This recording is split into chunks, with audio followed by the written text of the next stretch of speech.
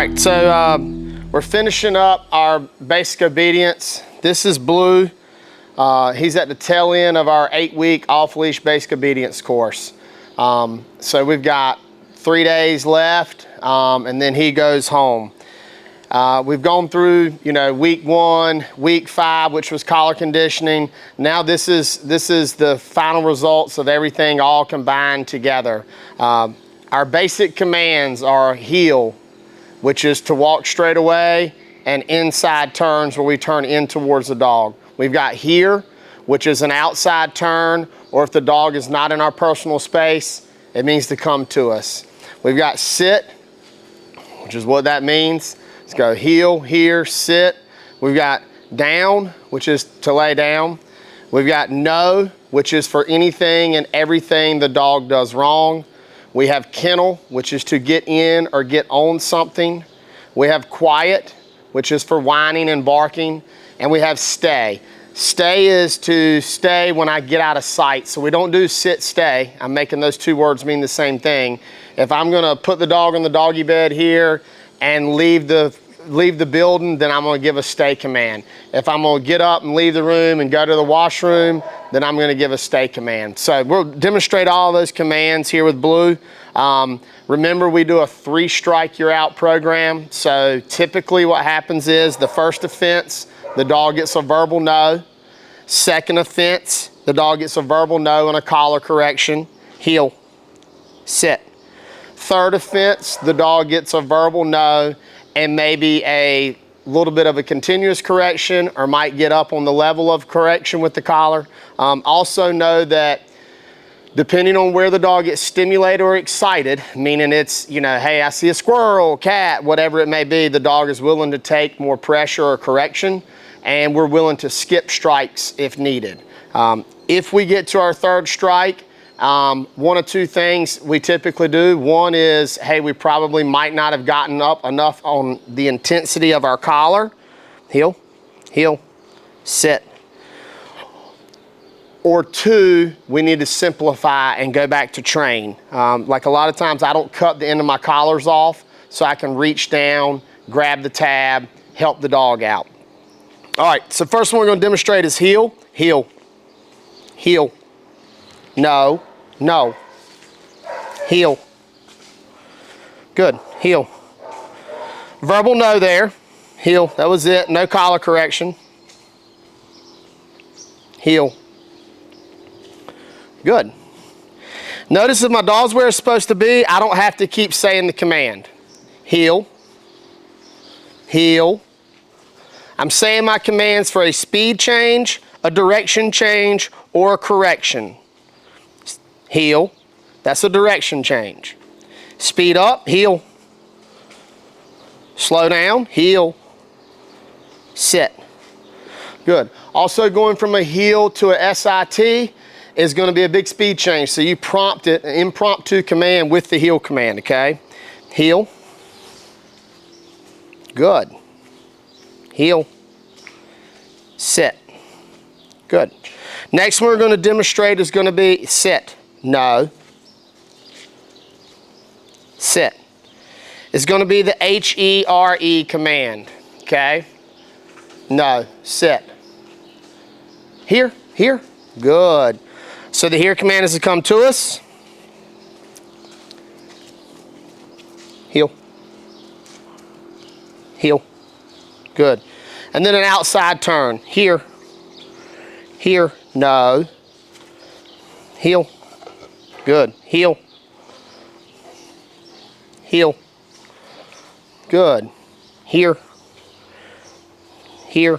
Good dog. Heel. Sit. Good. So we teach a double-sided dog. One of the disadvantages to the double-sided dog is what Blue just did to me a couple of times there. I give a here command, well, I'm getting outside, so I'm gaining ground on him, and then he flips into the inside. There are a lot more pros than cons to the double-sided dog. It gives you the ability to walk down the sidewalk, it's 95 degrees outside and the pavement's 120, you can put the dog on one side or the other so it can walk on the grass and you can continue to walk on the sidewalk or the road. Also, if I put myself between the dog and distractions, so if I'm walking the greenway and all my distractions are oncoming dogs or other traffic is on the right, then I can put the dog on the left.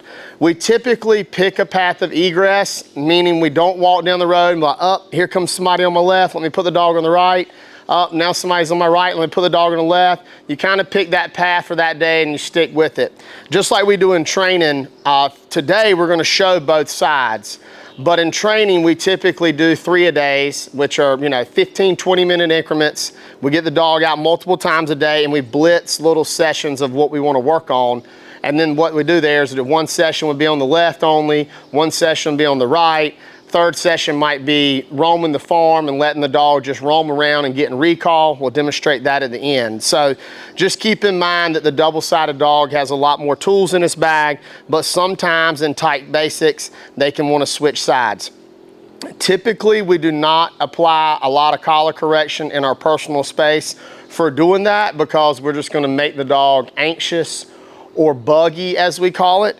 So a lot of times we go back and we teach, or like I was doing earlier, I just give a verbal no, recall the dog in, get it back on the side that I want it on, okay?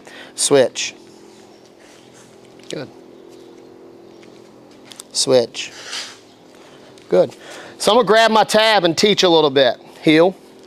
Also, if I've spent all my time on the left, heel, heel, and I come out the gate and I go to the right side, and I give a collar correction, odds are the dog's gonna go back to the side that it had just spent the most time on. Here, here, good. Heel, heel, sit. Good. Heel. It's also easier for a dog to loop you, heel.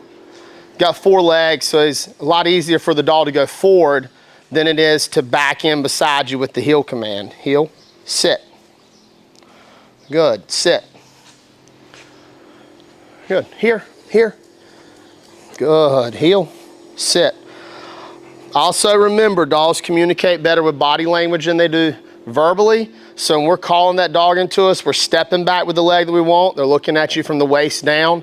We're putting our hand out. That all started with the leash and the retractable and helping that dog steer into one side or the other. Sit. Good. Here, here, here. Good dog, good. Heel. Good, sit. I thought he was gonna loop me, but he didn't. Heel. No.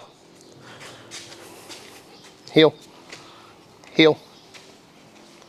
Good, heel. Heel. Good, heel, sit. Most dogs do have a strong side and a weak side. The majority of dogs tend to have the strong side on the left. That's because there's more people that have been taught, hey, right-handed or trained by right-handed trainers, and that means the dog goes on the left, or if you're left-handed, the dog goes on the right.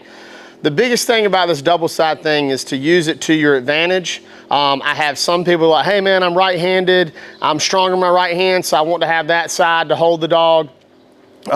Or it might be that a wife likes to work the dog on the left, husband likes to work the dog on the right. Just remember that if you concentrate on one side, then the other side, of course, will diminish. But it is a way for you to have more tools in your bag and a more versatile dog. So we've gone over heel, we've gone over here, we've gone over sit, we've gone over no. Next one's gonna be kennel, heel, kennel, sit, down. Okay, so kennel is to get in or get on something. What we do is we spend a lot of time working on the kennel command, and we want it to be like an off switch. So we want the dog to get on the doggy bed, it's like its recliner, and not get off of it.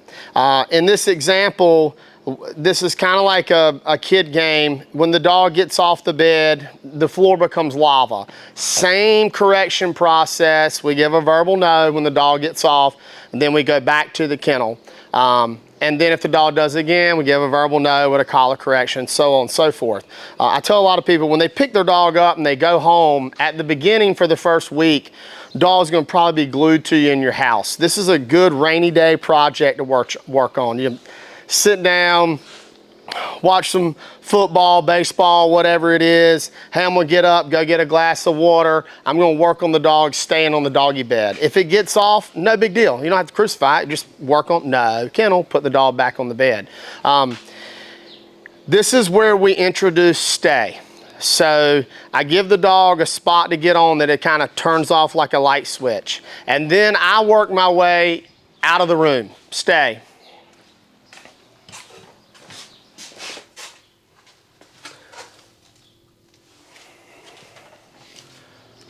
Good, stay.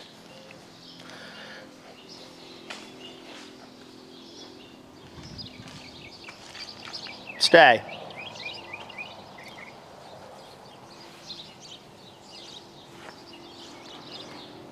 Good.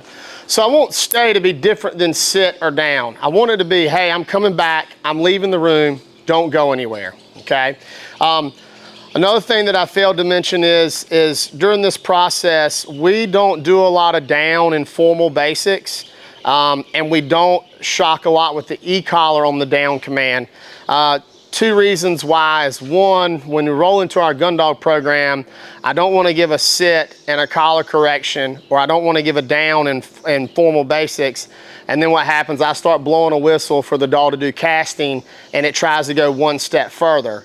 Also, that's why I don't shock on the down command. So it really has more to do with rolling into our gun dog program, because if I go out here and I give a sit command and a collar correction, a lot of dogs like go one step further, and they're thinking, okay, I got to sit, and then I'm going to immediately go to the down command because I got pressure. So we never associate any pressure with down.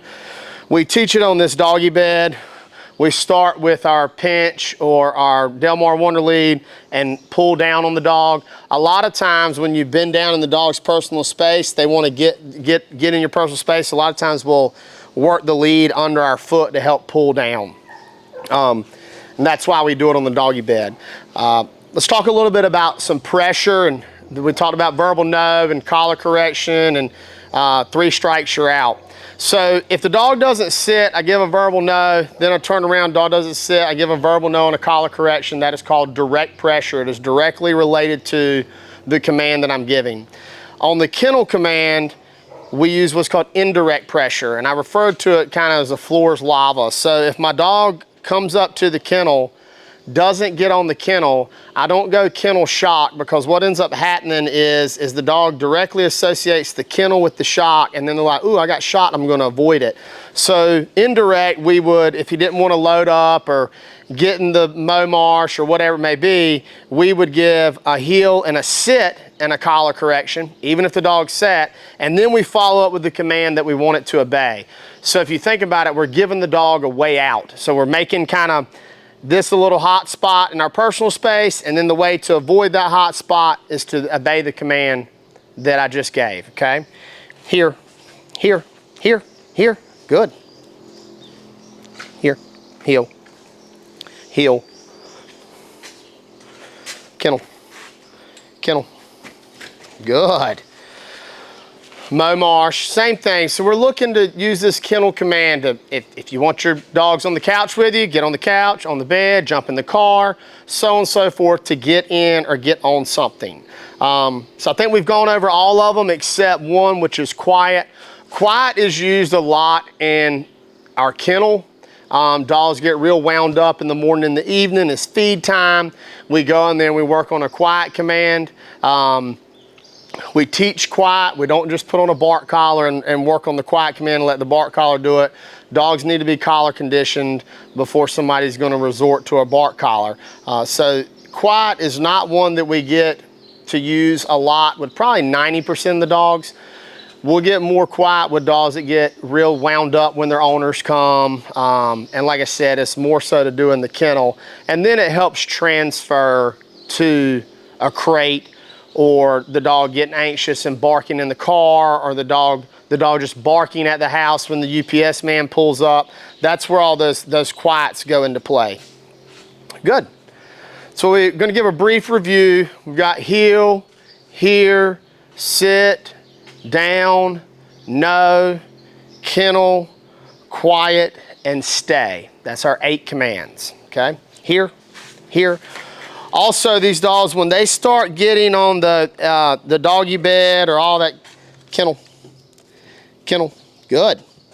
And they work on these kennel commands. A lot of times we're doing it at the end of our sessions, and what'll happen is you'll walk by one of these items and the dog will be like, oh, it's over, boom, and go jump into the mow marsh or go jump on the doggy bed and basically say, hey, I know if I get on there, I'm just gonna lay down and chillax. We do spend probably 15 minutes a day, come in here, put the dog on the doggy bed, sit in the rocking chair, and we purposely train other dogs by this dog or vice versa, so the dogs get comfortable with distractions. Just like our cat here, she's a great distraction and the dogs just kind of learn to work by it and they have to deal with it. So what we're gonna do next is we're gonna finish up and we're gonna work our way out on the farm and do what I call just a daily walk. And this is more about working on some recall. So getting in an off-leash setting and I can let my dog just roam around and chase the butterflies. This is kind of set up for somebody that's got some space to say, hey, I can get some areas that I don't have to be on leash. If it's the beach, the river, whatever it may be, farm that you've got, so on and so forth. And then we're really working on just reeling the dog in. So if my comfort zone is 40, 50 yards for the setting that I'm in, then I'm gonna just give a here command. I want the dog to reel in or recall. I don't worry about heeling up. I don't want to go back to real tight formal basics. I just want the dog to roam around and kind of have fun. And then when I want you to come and check in with me, then that's what I'm asking you to do. A lot of times when we start this process, we started around week 7. So when I first leave out, a lot of dogs stay glued to me because of what we've done with basics, which is we've done a lot of control in our personal space. The dog's like, hey, are you really gonna let me run around, so on and so forth. We do a couple of different things. A lot of times we'll take a dog that is fully broke and just let it roam the farm, and then we just worry about recalling the dog that we're training. The other dog's gonna come back, but we're really focused on this dog like, hey, you're chasing Daisy around the farm, but when I give a here command, you know, fun's over, you need to come and check in with me. So, all right, let's work our way down here outside of the building here. Here, here, here. Good dog. Come on, heel. No, no, here, here, here, here. All right, I gave a collar correction there, heel. And this dog I'm running a level 3, here, here. He wants to get in the Dakota. Heel, good. And from this point on, I'm just gonna let the dog roam. That's all I wanna do. I'm not worried about heeling up. I'm not worried about staying with me. And like I said, that's what he really wants to do because he's like, hey, we just spent 20 minutes doing basics. Are you really gonna let me run around and play and all that stuff? Here, attaboy. A lot of people ask, do you have a command for go play? No, the more you talk, the more likely the dog is to stay beside you. So you're giving praise by just talking to. A lot of people wanna go play, get out, go play. If I were to say anything that would mean to go play, it would be probably get out. And that's mainly because we use that in the kennel for go out and potty, pee, poop, so on and so forth. So, but for the most part, I'm not gonna say anything to the dog. I'm gonna just let it go do its thing. And then I'm gonna work on some recall as it gets further away, or it might go chase butterflies, or we will encounter squirrels. A lot of times we go by the flight pen and let the dog go over there and take a look at the ducks.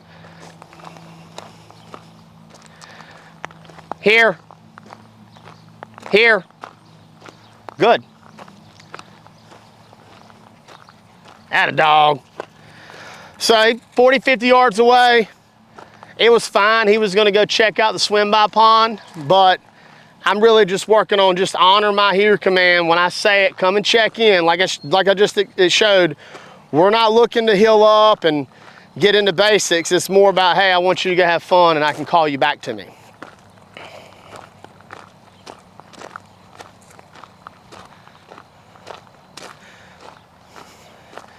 So he's kind of looking back and checking in. Another thing that happens during these daily walks is if we recall the dog typically at 40, 50 yards away, right? So he's run over here by the pine tree. He makes it to that crepe myrtle. A lot of times he's like, I've gotten a hear command when I've been about 40, 50 yards away. And they'll start, a lot of times, look back and check in. All right, so Blue's not checking in right now. Let's see what he does. Attaboy. Here. Here. Here. No. Here.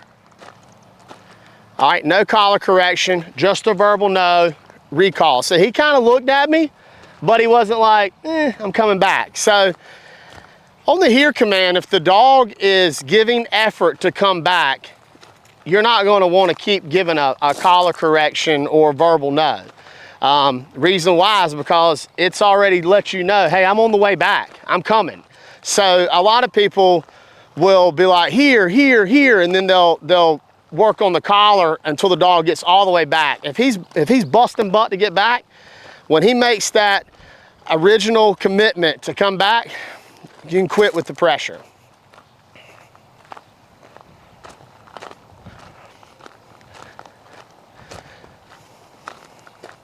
Here, here, here. Collar correction there, okay? So I gave it, he turned and looked. Here, here. All right, I'm gonna give another collar correction, I'm gonna call him all the way back, all right? So in your daily walks, good boy, good, good. Here, come on, here. In your daily walks, you can work on simple subconscious training, and that is, hey, just come and check in with me. I tell people all the time, when you get done with our basic obedience program, you can't just go put the dog on the shelf. You got to do some continuing head. You need to give the dog 15, 20 minutes a day, 4 days a week, and you can maintain and grow what you got. And you will get more out of subconscious training, as I call it, than you will formal. And what I mean by that is just making the dog be a good citizen, sitting at doorways before you enter and exit the house. That transfers to getting in and out of the car, so on and so forth. That has to do more with injury or danger, or you get somewhere and the dog wants to go on the walk on the greenway or the ballpark. You open the door, Blue jumps out, runs between the cars, and you're like, here, here, here, here. And before you know it, a car's run up and he's almost accidentally gotten hit. So a lot of that subconscious training is a big deal. And it's a way to just, hey, get through your day, be a good family member, be a good citizen, obey the commands that I give you, and then also throw in that 3-4 days a week of formal training. Good boy, good boy. Here, here.